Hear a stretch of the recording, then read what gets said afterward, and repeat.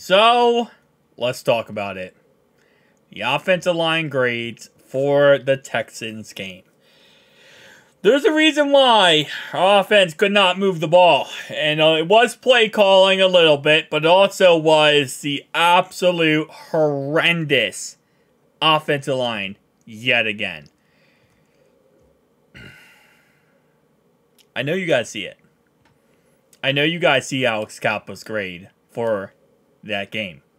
I know you see it right there, 12.7, which almost seems comical. And the only one that was honestly worse than that was, if we go over to the left here, Week 3 versus the Rams, when Cordell Volson put up a solid 0. That's right, a solid 0%. Let's talk about this. So, you watch yesterday's game, and we haven't done a full game breakdown yet. We're going to do it tomorrow, where I go through every single offensive play, break it down. Today, I wanted to start a new series called the Player Spotlight Series. It's the last video on the channel right now. It's looking at a Myles Murphy performance in his first technical start in the NFL. So I wanted to break that down, look at all the plays he played. He played 27 snaps. So I wanted to do that today, and then tomorrow is going to be the full game breakdown of the whole entire game, every single offensive snap. But if we look back at yesterday's game, Teddy K was our best offensive lineman, coming in here at a 76.1 pass blocker grade. You don't know what PR means? PR means pass rushing. It pretty much means pass rushing allowed. So the percentage of times that a player got past that offensive lineman. So, for example, Teddy K, 3.9% of the time, a guy got past him and got to Joe. Cordell Volson, a solid 0. Now, just because this number is, low, does not mean the player played amazing. Just keep that in mind. Because they might not have gone around them or through them, but they still might not have been able to block that guy for more than 10 seconds before getting, the quarterback sacked. Or Joe steps up in the pocket. Joe moves around. Joe does something that kind of saves them and doesn't allow, that percentage to go up. Here is the problem, though. 15.7 for Orlando Brown. And if you go back, right, and it's ironically enough, you guys saw in the first episode of the series when I looked at it for the Browns game. The worst I have ever seen, number-wise, for the PR was, of course, Evan Neal for the New York Giants against the Cowboys Week 1. He put up a solid 14%, which means the man was getting ran through 90% of the game pretty much. He was just getting destroyed. Not 90%, that's exaggeration, but he was getting destroyed most of the game. And I said in that video, I said, that's outrageous. I mean, if you're doing that bad, you shouldn't be an offensive lineman anymore. Orlando Brown has now officially went to that category of being that bad in that game. And its sad thing, too, is, because if you look at throughout the season, okay, solid 3.6%, 5.4 was the highest here. First 3 weeks of the season, 5.4 was the highest. Orlando Brown was on the list as the highest, allowing people to get through him. Then, week 4, there was a new high, 5.7, 8.6, 8.6 again. And again, that was set by Jonah and Orlando Brown.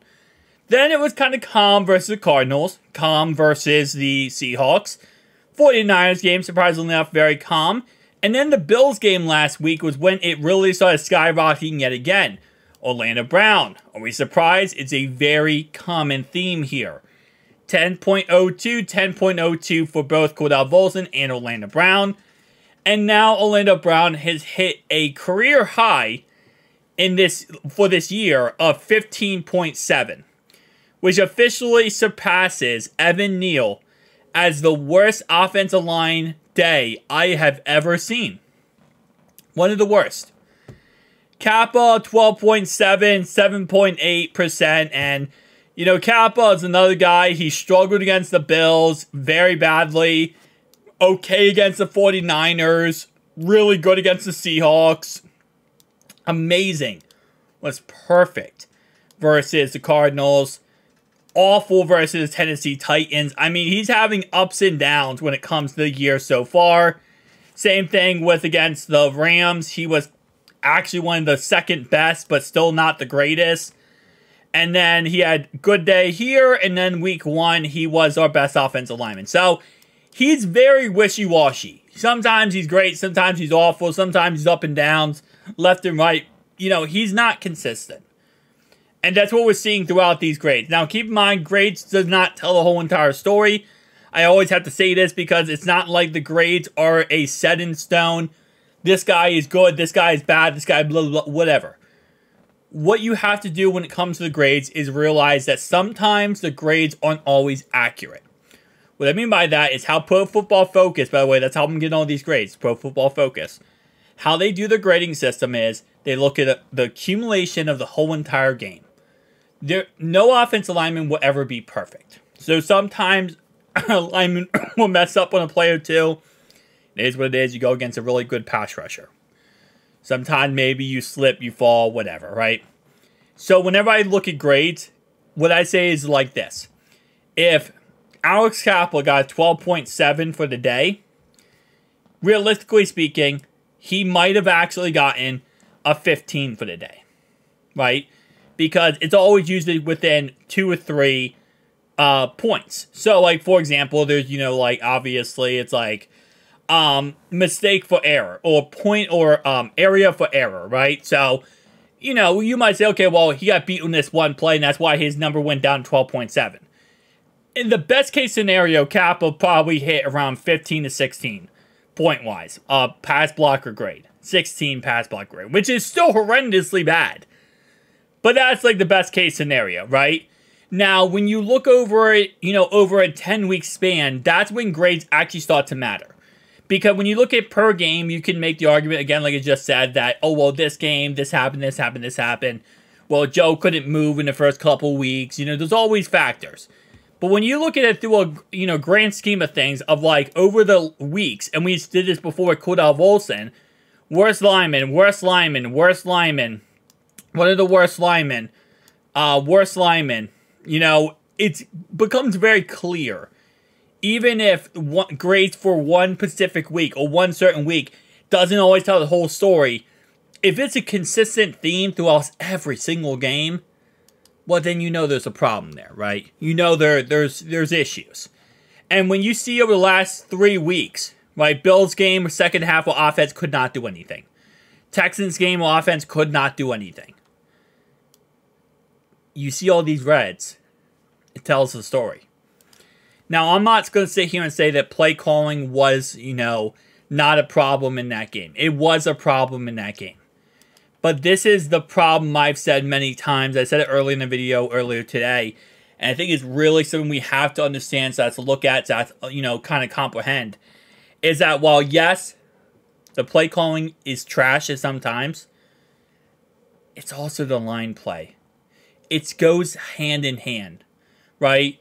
Because at the end of the day, even if you call the best play, if your line can't block for more than 2 or 3 seconds, you're not going to be able to get the ball down the field and create and do that crazy great play that a coach calls. But at the same time, if you call a crappy play, and even if the line blocks good on that one said play, then you're going to lose anyway. And our biggest problem is, you know, we didn't run the ball, right? That was our biggest issue that we talked about so much in that game. But look at the run blocking. This is run blocking great, guys. Kappa was our best. Cordell Volson was our second best. These 3 were horrendously bad. I mean, Teddy K, 54.4. Jonah, 53.2. Lana Brown, 51. It was a horrendous day for this offensive line. And I know, you know, Joe pointed out himself that, yeah, the Texans have some juice on that defensive line and they have some really good players on the defensive line. And I understand that. But at the same time, you know, you can't keep saying that and then you look back and you say, well, what happened against the Bills? Well, the Bills had some good juice on their defensive line. What happened versus the 49ers? Well, they got some good juice on their line. What about the Rams? They got some more good juice. You can't keep saying that, though. You know, You can't keep saying, well, they have some juice. At some point, you have to do your job. And as an offensive line, especially when we go out there and we pay all that money for Orlando Brown. When we go and move Jonah to right tackle, we don't draft the right tackle in the first round. We let La'el Collins go, right? We let people go that we think we don't need because, oh, our line is fine. And it's not. And it's becoming a problem every single week. And the poor play calling plus the poor offensive line play, you're not going to get anything out of that. And then you put on top of that injuries with T. Higgins and Jamar Chase was injured. Yoshi was injured. Like, you have all these things compiling together. What happened yesterday was a compilation of 1,000 things going wrong. And the fact we even kept that game close is a hidden blessing, to say the least. I don't even know how we almost came back in that game and won it. Because with everything happening, this is a mess. And with players also not executing, because I do think there's a certain degree you could say players executing. Tyler Boyd dropped a catch across the middle, right? That was 3rd and 10. He dropped a first down catch. He dropped a touchdown catch. And I'm not going to put all the blame on him. I'm not going to put even half the blame on him. But what I'm saying is, you know, everything compiling together. A drop pass should not make or, like, tip the, you know, the cup of water. And that little extra drop just floods the whole water, right? That should not happen. But when you have everything else that's failing, that one drop means everything. So it was a mess. To say the least, yesterday, it was a mess. And I don't know how they're going to fix the offensive line issues now. Because this is back-to-back weeks where our line has looked horrendous. And you go in the final drive of that game, right? We're in the red zone. First and goal. What's the first thing happens first and goal? Joe gets sacked within 1.5 seconds. Lineman falls down. Guy gets right to Joe and sacks him. Most critical 3 plays of the game. Joe gets sacked on first down. Second down, he tries to run a draw play. They get him instantly. The line can't block for him. Third down, we throw a touchdown that's dropped. And it's a combination of everything. And the thing about football, and what's still beautiful about football, is everything leans on each other. A good offensive line creates a good run game. A good offensive line creates a good pass game. A good pass game makes the line have an easier job. A good run game makes the offensive line have an easier job. A good pass game makes a good run game happen. A good run game makes a good pass game happen. Everything works in tandem. Then good play calling makes everything, you know, icing on the cake. But if you have bad play calling, or even I won't say bad, let's say you have semi-bad play calling, you got bad offensive line play, players hurt, the key players are hurt, others aren't executing, and now you have this. This is a mess. This is a mess. And I feel like we kind of went with our offense being like, okay, listen, our offense is struggling because of his calf strain. But now that he's back from his calf strain, it's very clear there's more issues than just the calf strain. And yes, obviously, when we get T back, things are going to get better, right? When we get Chase back 100%, things are going to get better. But, you know, this is something we have to deal with. Because I hate to say it, I know I hate to admit this myself, and I don't want to admit this myself, but there is a chance we don't have T next season. And if we don't have T next season, what are we going to do? I think we franchise tag him at the very least, but even then, like, what are we going to do if we don't have T next season? Because now these are answers we have to figure out. We got to figure out what we're doing in this offensive line. Okay, we're taking a tackle in the first round. I would assume that because you're going to lose Jonah. If you franchise tag T, you're going to lose Jonah. So, take a tackle in the first round, I guess. And we're going to have to try to rebuild this offensive line.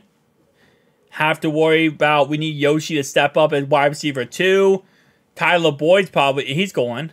So, there's a lot of questions we're going to have to answer over the next 8 games. And it's not going to be easy, right? It's not going to be easy. We're still going to be a playoff team. I'm going to tell you right now, and again, I might be delusional, as some people would say. We are still going to be a playoff team. Because what we're going to do, and this is kind of how I feel about it, you guys keep in mind, we almost lost the Bills game. We almost lost the 49ers game. We almost lost the Seahawks game, too.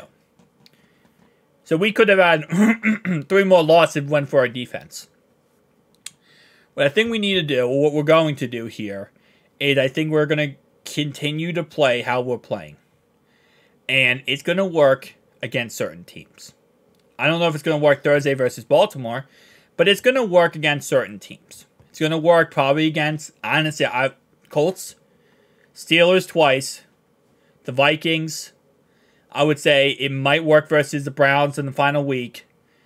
And who else? Oh, the Jaguars. And that's 6 wins right there. That's 11 wins on the season. Will we win the conference? We'll have to wait and see. Will we win our division? We'll have to wait and see. But I think with how this is, I think we can squeak out 11 wins out of this. That's what I will say. I think we can squeak 11 wins out of this system. And that's going to be tough to do, but I think we can. Even with our, obviously our line playing awful. I think we can barely scrape by 11 wins. But the problem is, when you get to the playoffs, that's when you got 3 games. You got wild card, divisional, and championship. And those are the 3 tough ones. And those are the 3 statement games. I will still say I think we're going to win the Super Bowl this year. And I will truly believe that until I see that we are knocked out of the playoffs. Because I think this team is good enough to do it. I think this team is good enough to fight the adversity, figure out this problem, and get the job done. I just gave you the worst case scenario, right? That's the worst case scenario, that we scrape by and we barely get 11 wins. The best case scenario, and the scenario I'm going with, is I think we figure this out. How do we figure this out? Zach better start doing some work. Zach better start getting to work. Because I'll be honest with you, it's going to be a tough one. It's going to be a tough one. I don't have all the answers. I don't. And I think it's going to start potentially with, reevaluating the offensive line, reevaluating the play call, and taking some responsibility and realizing that there is a problem, We looked at a video earlier today with the depth of pressures and, that stuff, and that was, it was a mess, okay? I actually want to bring this up real fast before I end off this video, kind of to keep the idea, the concept, going here that we can kind of talk about / look at. Let me see. Where is it? Okay, here we go. So we looked at the first 5 weeks of the season earlier today with the depth of pressure and all that, right? So I want to kind of look at this real fast. Let me go to my second monitor here. There we go. All right, so I want to take a look at this because this was from the game. They finally updated, so we can finally look at this. So these are if you guys not seen my video earlier, just a little recap of everything. This is a passing depth grade. So the yellow line is the first down marker. 0, obviously 0 plus. The blue line is the line of scrimmage. Anything that is below the 0, the blue line, is behind the line. Anything above from 0, the blue line to the yellow line, is within 10 yards before the first down. Anything 10 yards plus that is obviously 10 to 20 and then 20 plus, right? So if we look at last game, Texans game, we had the 64-yard touchdown. That's why this is looking amazing. Before the 64-yard touchdown, we were 2 for 3 for 55 yards, 1 touchdown, no interceptions. This is because we had the Trent Irwin play, which was a 32-yard touchdown. For the 10-plus yards, we were 4 for 8, 113 yards, 1 for 2 on the right-hand side, 19 yards and an interception. And, of course, we were 0 for 1 on the left-hand side, throwing the ball on the left-hand side, 10-plus yards.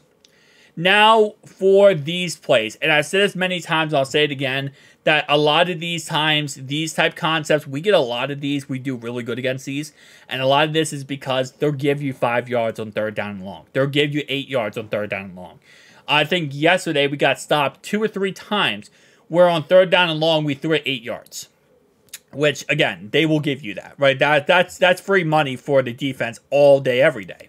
Because they're going to get stopped if they do that. So, taking a look at this, we were actually pretty consistent with that. A lot more out of the backfield. Not, actually a lot less than usual. And I will give play calling a good example for that. But I think the reason why that didn't work, if you watched yesterday, was we tried to run 2 screen passes, and both plays got destroyed in the backfield. And I think it's because the Texans were stacking the box and going after Joe every single play. They're learning, and I think this is happening more and more every single week, is teams are learning. The way to beat Joe is to blitz him. It's to blitz him and put pressure on him, and the line can't hold up. So, overall, guys, that's kind of the summary of what I want to talk about. And, you know, we talk about these every single week when it comes to the offensive line play, and it's a mess. It's really a mess. So, we'll see what happens in this Ravens game on Thursday. We have a quick turnaround, quick, short week. We'll see how it works. Peace out, guys.